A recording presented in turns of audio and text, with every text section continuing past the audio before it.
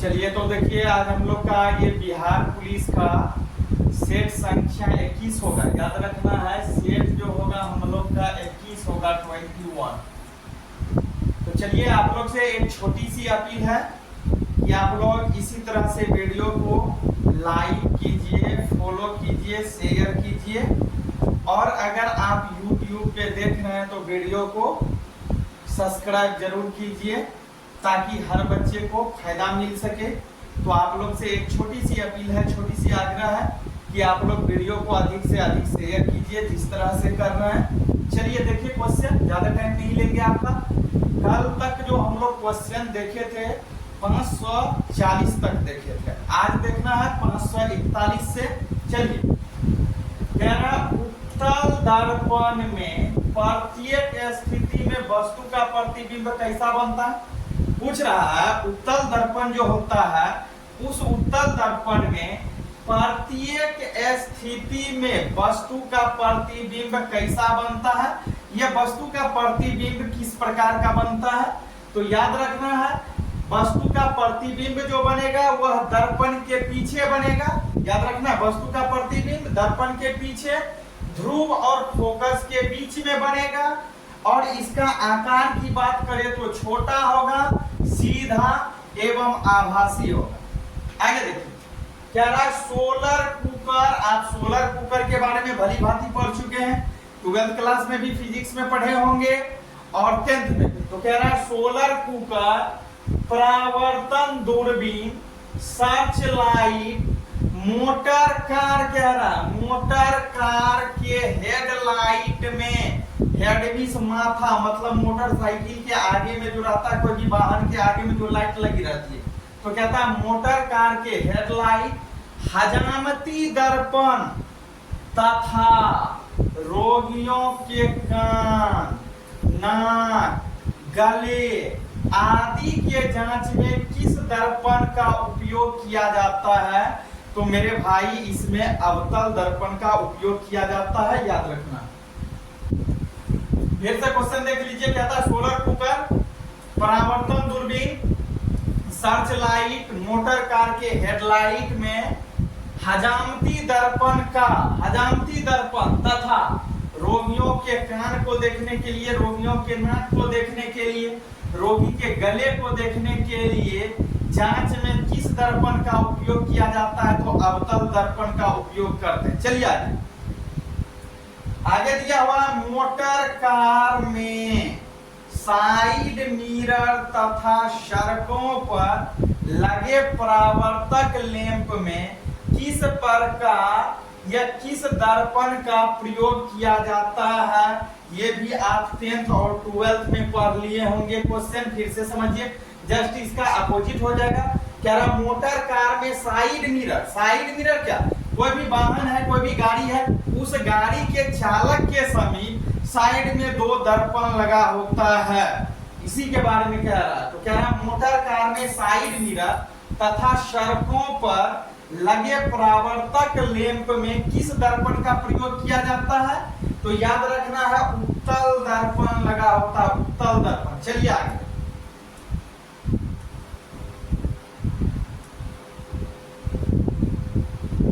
आप लोग से मेरा अपील है कि आप लोग वीडियो को जरूर शेयर कीजिए। कहता है, जब प्रकाश की किरणें एक पारदर्शी माध्यम से दूसरे पारदर्शी माध्यम में जाती है। बोल रहा है क्वेश्चन, जब प्रकाश की किरणें एक माध्यम से दूसरे माध्यम, मतलब एक रास्ते से दूसरे रास्ते में प्रवेश करती है, तो वह अपने मूल दिशा से विचलित हो जाती है। प्रकाश की इस परिघटना को क्या बोलेंगे, क्या नाम देंगे। तो याद रखना है, प्रकाश का अपवर्तन कहलाता है। क्या कहलाता है, प्रकाश का अपवर्तन। वीडियो को शेयर करते रहिए। चलिए देखिए, कहता है अपवर्तन के कितने नियम हैं। कल ही बता रहे थे, प्रकाश के परावर्तन के 2 नियम होते हैं और अपवर्तन के भी 2 नियम होते हैं, याद रखना है। तो प्रकाश के अपवर्तन के भी कितने नियम होते हैं, 2 नियम होते हैं। कौन कौन, पहला आपतित किरण, अपवर्तित किरण तथा आपतन बिंदु पर डाले गए अभिलंब तीनों एक ही तल में होते हैं। कह रहा आपतित किरण, अपवर्तित किरण तथा अभिलंब तीनों एक ही तल में होते हैं। दूसरा, आपतन कोण की ज्या साइन आई, यहां लिखेंगे साइन आई, तथा अपवर्तन कोण की ज्या साइन आर, साइन आर किन्हीं, कह रहा साइन आर का अनुपात एक नियतांक होता, या इसी को बोलेंगे आपतन कोण की ज्या साइन आई तथा अपवर्तन कोण की ज्या साइन आर किन्हीं दो माध्यमों के लिए एक नियतांक होता है। इसी को लिखते हैं अर्थात, इसी को हम लोग लिखते हैं अर्थात, अर्थात sign I is but sign R. याद रखना, अर्थात म्यू बराबर लिख देना, म्यू बराबर साइन आई बटे साइन आर। चलिए, स्नेल साहब का नियम है ये। आगे देखिए क्वेश्चन, आगे क्वेश्चन आपका दिया हुआ है, थोड़ा सा इसको और हम समझा दें। क्या रहा, साइन आई बट्टा साइन आर बराबर म्यू, इसे स्नेल का नियम कहते हैं, या इसे स्नेल साहब का नियम कहते हैं। क्यों कहते हैं इसे स्नेल साहब का नियम? क्योंकि इस नियम का प्रतिपादन स्नेल नामक वैज्ञानिक ने किया था, इसलिए इसे स्नेल साहब के नियम से के नाम से भी जाने जाता है। चलिए आगे, कहता है जब प्रकाश की किरण विरल माध्यम से सघन माध्यम में प्रवेश करती है, कह रहा कोई प्रकाश की किरणें हैं जो विरल माध्यम से चलना चालू करती है और सघन माध्यम में प्रवेश करती है, तो वह क्या होगी, अभिलंब की ओर मुड़ जाती है, अभिलंब की ओर झुक जाती है। दिखाते हैं, आप फिगर में समझिए।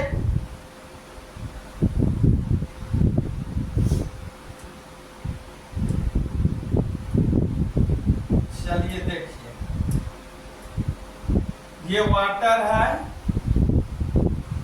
अब कह रहा है जब प्रकाश की किरण विरल माध्यम से सघन माध्यम में प्रवेश करती है, विरल माध्यम क्या हो गया, हवा हो गया।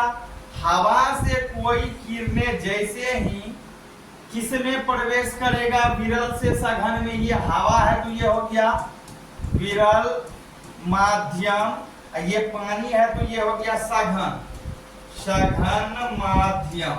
तो कहता है जब प्रकाश की किरणें विरल माध्यम से सघन माध्यम में प्रवेश करती है, तो अब ये किरणें को प्रवेश करा रहे हैं हम, तो ये अभिलंब की ओर मुड़ जाती है, जबकि इसको निकलना था ऐसे डॉट डॉट ऐसे नहीं चल करके ये किधर की ओर मुड़ जाती है, याद रखना आपको, अभिलंब की ओर मुड़ जाती है। कहाँ की ओर मुड़ जाती है, अभिलंब की ओर मुड़ जाती है, आपको याद रखना। चलिए आगे नंबर क्वेश्चन आपका दिया हुआ है,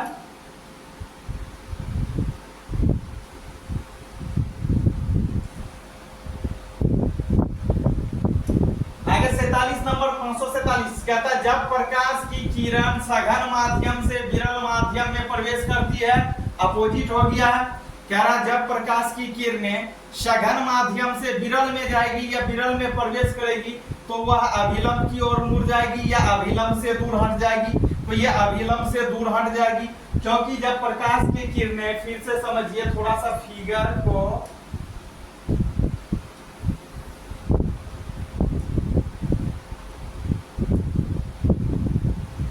ये एयर है, प्रकाश की किरणें कहां से चल रही है, कह रहा जब प्रकाश की किरण सघन माध्यम से विरल माध्यम में जाती है, तो ये पानी है, पानी बताए है सघन माध्यम है, सघन माध्यम। जैसे ये ऊपर हवा है तो विरल माध्यम, जैसे प्रकाश की किरणें ये सघन से किस में जा रही है, विरल में, तो ये अभिलंब से दूर हट जाती है ऐसे, और इसको निकलना था ऐसे नहीं होकर के ये क्या हो रही है, दूरी बना रहा, इसे क्या बोलेंगे हम। चलिए आगे देखिए, क्या रहा है, इसको फिर से समझिए। जब प्रकाश की किरण सघन माध्यम से विरल माध्यम में जाती है, ये सघन माध्यम है नीचे वाले पानी, अब विरल में गया है, जैसे किरणें को गुजारे हैं तो ये अभिलंब के बाद देख रहे हैं, ये अभिलंब की ओर नहीं ये किरण मुड़ करके इधर, बल्कि इधर दूरी बना। तो जैसे ही प्रकाश की किरणें सघन से विरल में प्रवेश करती है तो वह कहाँ मुड़ेगी, अभिलंब से दूर हट जाएगी, अभिलंब से दूर मुड़ेगी। चलिए आगे देखिए क्वेश्चन।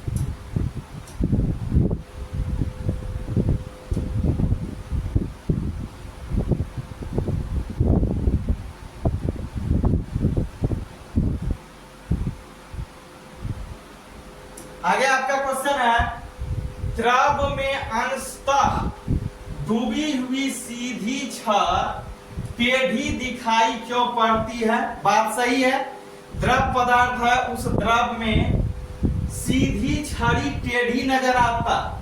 सपोज कर लीजिए ये ग्लास है, ये बीकर है, इस बीकर में पानी है, इस बीकर में क्या है, पानी है। अगर इसमें हम रड को ऐसे डालते हैं तो ये हमको कैसा प्रतीत होगा, पानी में मुड़ा हुआ प्रतीत होता है, कुछ इस टाइप से ऐसे प्रतीत होता है।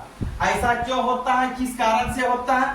तो प्रकाश के अपवर्तन के कारण ऐसा होता है, याद रखना है, प्रकाश के अपवर्तन। चलिए आगे देखिए क्वेश्चन। आगे क्वेश्चन है तारे टिमटिमाते, सॉरी, आगे क्वेश्चन दिया हुआ है, तारे टिमटिमाते हुए तथा सूर्योदय के पहले एवं सूर्यास्त के बाद भी सूर्य दिखाई पड़ने का क्या कारण है? कह रहा है तारे टिमटिमाते हुए, बात सही है, तथा सूर्योदय के पहले, सूर्योदय के पहले एवं सूर्यास्त के बाद भी सूर्य दिखाई पड़ने का क्या कारण है? तो प्रकाश का अपवर्तन के कारण ऐसा होता है, याद रखना है। चलिए आगे कहता है, जल के अंदर पड़ी हुई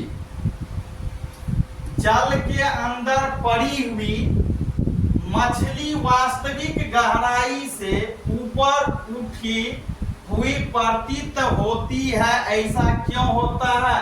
तो प्रकाश के अपवर्तन के कारण ही होता है। यही कारण है कि पानी में मछली को मारने में मछुआरे को मछली को भेदने में कठिनाई होती है, क्योंकि मछली उस समय अपने वास्तविक स्थिति से ऊपर उठा हुआ प्रतीत होता है। चलिए आगे देखिए, कहता है किस रंग का तरंगीय दैर्घ्य सबसे अधिक होता है? वह कौन सा रंग है जिस रंग का तरंगीय दैर्घ्य सबसे अधिक होगा? तरंगीय दैर्घ्य तो आपको याद रखना है, लाल रंग होता है, लाल, और इसका तरंग दैर्घ्य कितना होता है? 7800 एंगस्ट्रॉम होता है, 7800 एंगस्ट्रॉम होता है। चलिए आगे,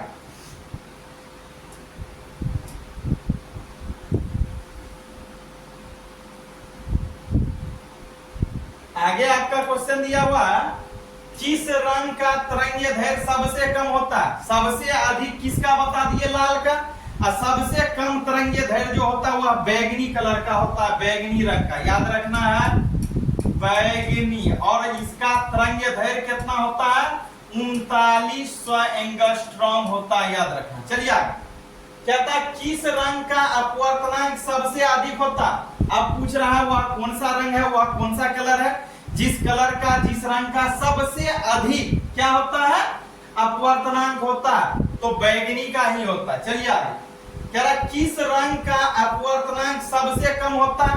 सबसे कम अपवर्तनांक की बात हो तो लाल रंग की अपवर्तनांक जो होता है वह सबसे कम होता है, तो करेक्ट आंसर होगा लाल। आगे देखिए, निर्वात में प्रकाश की चाल से माध्यम में प्रकाश की चाल अनुपात को क्या कहेंगे या क्या कहते हैं? क्वेश्चन को फिर से देखिए, कहता है निर्वात में प्रकाश की चाल से माध्यम में प्रकाश की चाल अनुपात को क्या कहेंगे या क्या कहा जाता है?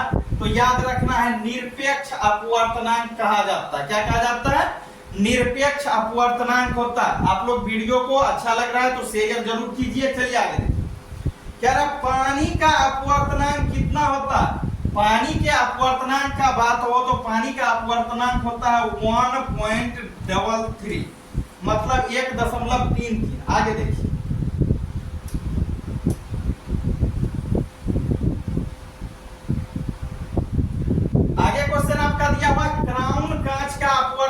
कितना होता है? क्राउन कांच का अपवर्तनांक जो होता है वह होता है 1.52 मतलब 1.52। आगे फ्लिंट कांच का अपवर्तनांक कितना होता है? फ्लिंट कांच का अगर अपवर्तनांक पूछा जाए तो याद रखना है 1.65 मतलब 1.65 होता है। आगे देखिए हवा का अपवर्तनांक कितना होता है? हवा का अपवर्तनांक 1 होता है, याद रखना है 1। आगे देखिए बर्फ का अपवर्तनांक कितना होता है? बर्फ का अपवर्तनांक होता है 1.31 मतलब 1.31। आगे देखिए हीरे का अपवर्तनांक या हीरा का अपवर्तनांक पूछेगा तो याद रखना है कितना होता है? 2.42 होता है हीरे का अपवर्तनांक। शीशे का अपवर्तनांक कितना होता है? एक वो पूछ देगा अपवर्तनांक से कम एक क्वेश्चन पूछ देगा आपको बिहार पुलिस के एग्जाम। कह रहा है शीशा का अपवर्तनांक कितना होता है? शीशा का अपवर्तनांक होता है 1.52 मतलब 1.52। आगे देखिए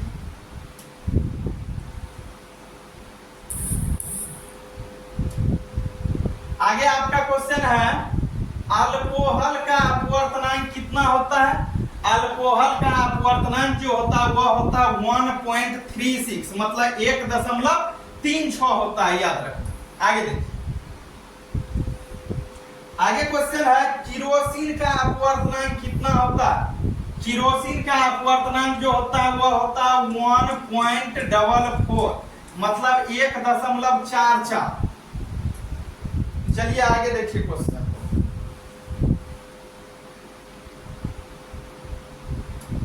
आगे क्वेश्चन दिया हुआ है, आगे क्वेश्चन कह रहा है क्वार्टर्ज का अपवर्तनांक कितना होता है? क्वार्टर्ज ग्लास जो होता है उसका अपवर्तनांक कितना होता है? तो 1.46 मतलब 1.46 हम बोल सकते हैं। चलिए आगे कहता है बेंजीन का अपवर्तनांक कितना होता है? बेंजीन का अपवर्तनांक जो होता है वह होता है 1.50 मतलब 1.50। चलिए आगे दिया हुआ तारपीन का तेल का अपवर्तनांक कितना होता है? तारपीन के तेल का जो अपवर्तनांक होता है वह होता है 1.4। आगे देखिए रूबी मतलब माणिक्य जो होता है पत्थर का अपवर्तनांक कितना होता है? 1.77 होता है। चलिए आगे देखिए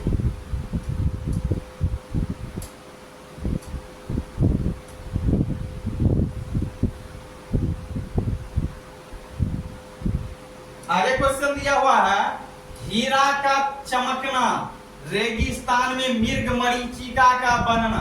कहता है हीरे का चमकना रेगिस्तान में मृग मरीचिका का बनना, जल में परी परख नली का चमकना, कालिक से पुता हुआ गोला जल में चमकना किसका उदाहरण है? तो प्रकाश के पूर्ण आंतरिक परावर्तन का, याद रखना पूर्ण आंतरिक परावर्तन का।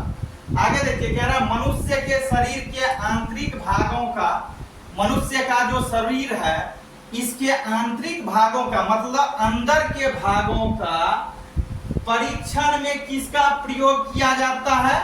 तो याद रखना प्रकाशीय तंतु का करते हैं, प्रकाशीय तंतु का। आगे प्रकाश सिग्नलों के दूर संचार में, कह रहा प्रकाश सिग्नलों के दूर संचार में शरीर के अंदर लेजर किरणों को भेजने में किसका उपयोग किया जाता है? तो याद रखना है प्रकाशीय तंतु ही होता है, प्रकाशीय तंतु। आगे चलिए देखिए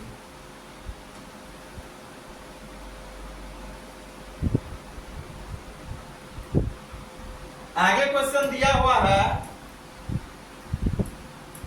आगे क्वेश्चन है रेखीय आवर्धन बराबर क्या होता है?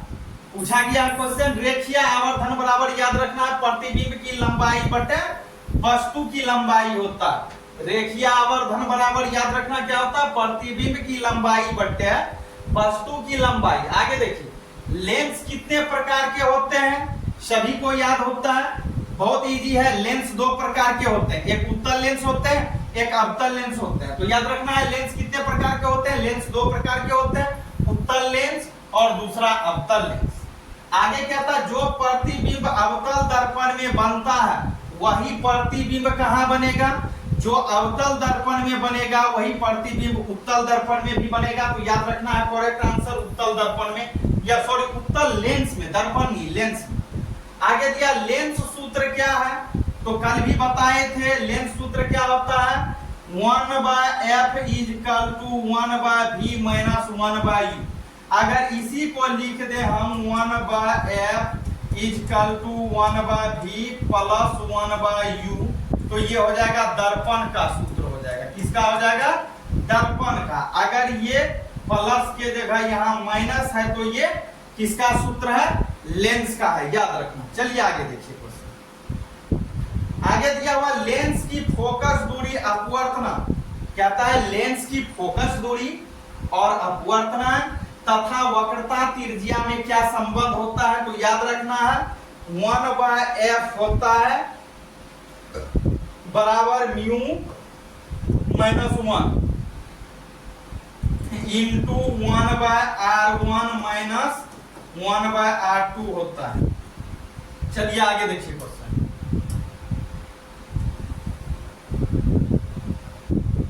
आगे नंबर क्वेश्चन दिया हुआ है, संयुक्त लेंस की फोकस दूरी क्या होती है, संयुक्त लेंस की पूछ रहा है।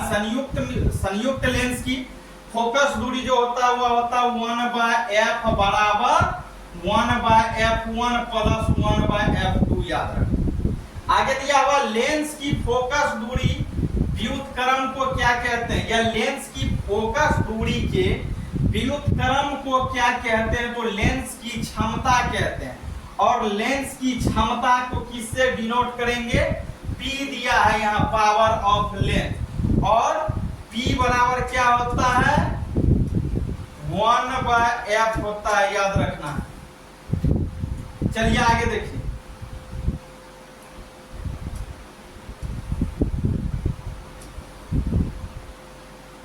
आगे बहुत अच्छा क्वेश्चन है। आगे दिया हुआ लेंस की क्षमता का एसआई मात्रक क्या, तो लेंस की क्षमता की एसआई मात्रक जो होता है डायऑप्टर होता है। और डायऑप्टर को किससे डिनोट करते हैं, याद रखना है कैपिटल D से। तो लेंस की क्षमता का एसआई मात्रक क्या होता है, डायऑप्टर होता है। चलिए आगे देखिए।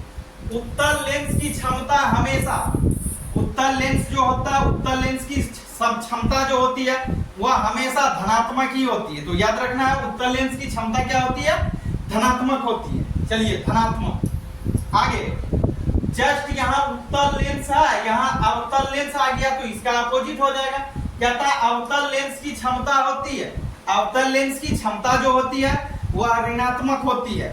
याद रखना अवतल लेंस की क्षमता क्या होती है, ऋणात्मक होती है। चलिए -v।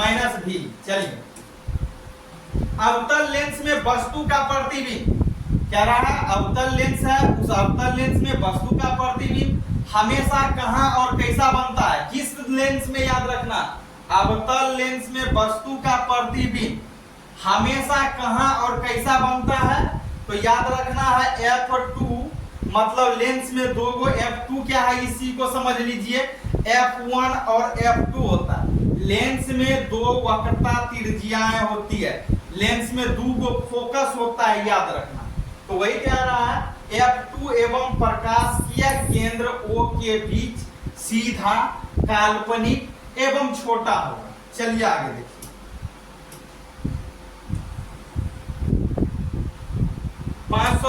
नंबर क्वेश्चन पे चले आए। देखिए लेंस को किस द्रव में डुबाने पर उनकी फोकस दूरी व क्षमता बदल जाती है। बहुत अच्छा क्वेश्चन है। कह रहा है लेंस को किस द्रव में डुबाने पर उनकी फोकस दूरी व क्षमता जो है वह बदल जाती है। तो याद रखना है यह किस पर निर्भर करता है, बदल जाती है, यह किस पर निर्भर करता है, तो द्रव के अपवर्तनांक पर निर्भर करता है। आगे क्वेश्चन कहता है यदि लेंस को ऐसे द्रव में डुबाया जाता है, कह रहा है यदि लेंस को ऐसे द्रव में डुबोया जाता है जिसका अपवर्तनांक लेंस के अपवर्तनांक से कम हो, ऐसी स्थिति में लेंस की क्षमता क्या होगी, तो म्यू से छोटा होगा, μ1 घट जाती है। अर्थात फोकस दूरी बढ़ जाएगी। चलिए आगे देखिए।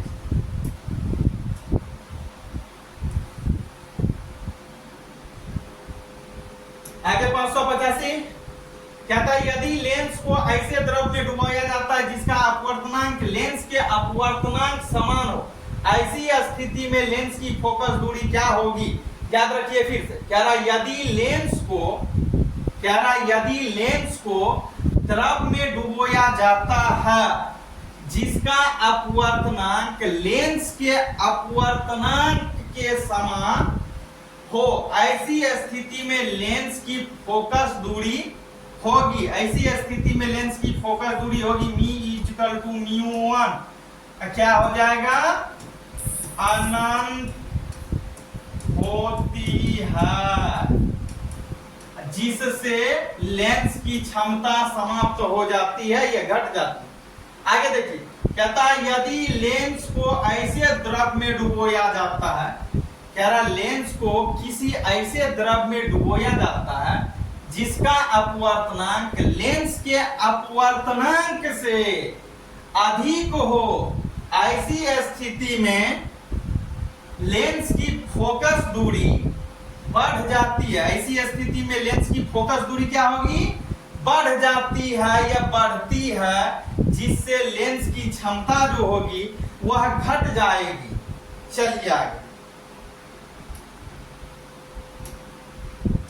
अगला क्वेश्चन देखिए। आगे क्वेश्चन दिया हुआ है हवा का बुलबुला, कह रहा है हवा का बुलबुला उत्तल लेंस के समान दिखाई देता। हवा से जो बुलबुला, हवा का जो बुलबुला होता है वह किस लेंस के समान? उत्तल लेंस के समान दिखाई देता, परंतु यह व्यवहार अवतल लेंस की तरह करता है। क्यों? ऐसा क्यों होता? ऐसा इसलिए होता है क्योंकि पानी के अंदर फोकस दूरी बढ़ जाती है एवं इसकी क्षमता जो होगी वह क्या हो जाएगी? घट जाएगी, और बुलबुला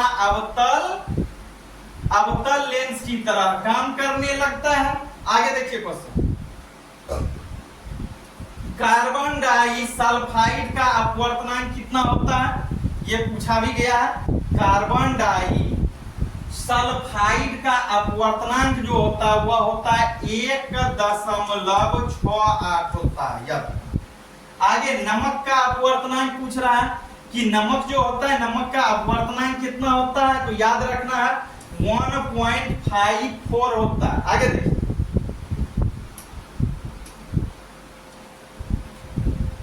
आगे आपका 590 नंबर में पहुंच गए। देखिए, कहता है श्वेत प्रकाश या सूर्य का प्रकाश, कह रहा श्वेत प्रकाश या सूर्य का प्रकाश जब प्रिज्म से गुजारा जाता है या प्रिज्म से होकर गुजरता है तो वह 7 रंगों में विभक्त हो जाती है या होता है। इस प्रक्रिया को क्या कहते हैं? इस प्रक्रिया को वर्ण विक्षेपण कहते हैं। प्रकाश के वर्ण विक्षेपण के नाम से जाना जाता है। आप लोग 10th में भी पढ़े होंगे और इंटर में भी फिजिक्स में 12th क्लास में पढ़े होंगे। जब किसी प्रिज्म से होकर के श्वेत प्रकाश को गुजारा जाता है, श्वेत प्रकाश की किरण को गुजारा जाता है, तो ये अपने 7 अवयवी रंगों में क्या हो जाती है? विभक्त हो जाती है। 2, 2, 4, 2, 6, 1, 7। याद रखना है, यही घटना, यही प्रक्रिया क्या कहलाता है? क्या कहलाता है? वर्ण विक्षेपण कहलाता है। किसका? प्रकाश का वर्ण विक्षेपण। याद रखना। चलिए आगे क्वेश्चन दिया हुआ है। आगे क्वेश्चन है आपका, किसी माध्यम के पदार्थ का अपवर्तनांक, सॉरी क्वेश्चन ये था, छूट गया, नहीं ठीक है। किसी माध्यम के पदार्थ का अपवर्तनांक किस पर निर्भर करता है? तो याद रखना है आपतित प्रकाश की किरण के तरंगीय दैर्घ्य पर निर्भर करता है। आगे देखिए, कहता है किस रंग का विक्षेपण कम या अधिक होता है? तो अभी बता दिए थे, किसका? बैगनी।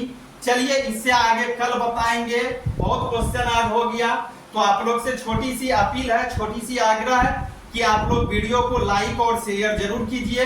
अगर आप देख रहे हैं YouTube पे मुकेश सर ऑफिशियल पे, तो आप YouTube चैनल को जरूर सब्सक्राइब करें। तो आपको बहुत बहुत धन्यवाद वीडियो वॉच करने के लिए, शेयर करने के लिए और फॉलो भी करने के लिए। तो आप लोग ऐसे ही फॉलो करते रहिए। चलिए बहुत बहुत धन्यवाद, फिर मिलते हैं अगले क्लास में। आप लोग कमेंट के जरिए अपना एडवाइस जरूर दीजिए, अपना राय दीजिए। चलिए मिलते हैं फिर कल।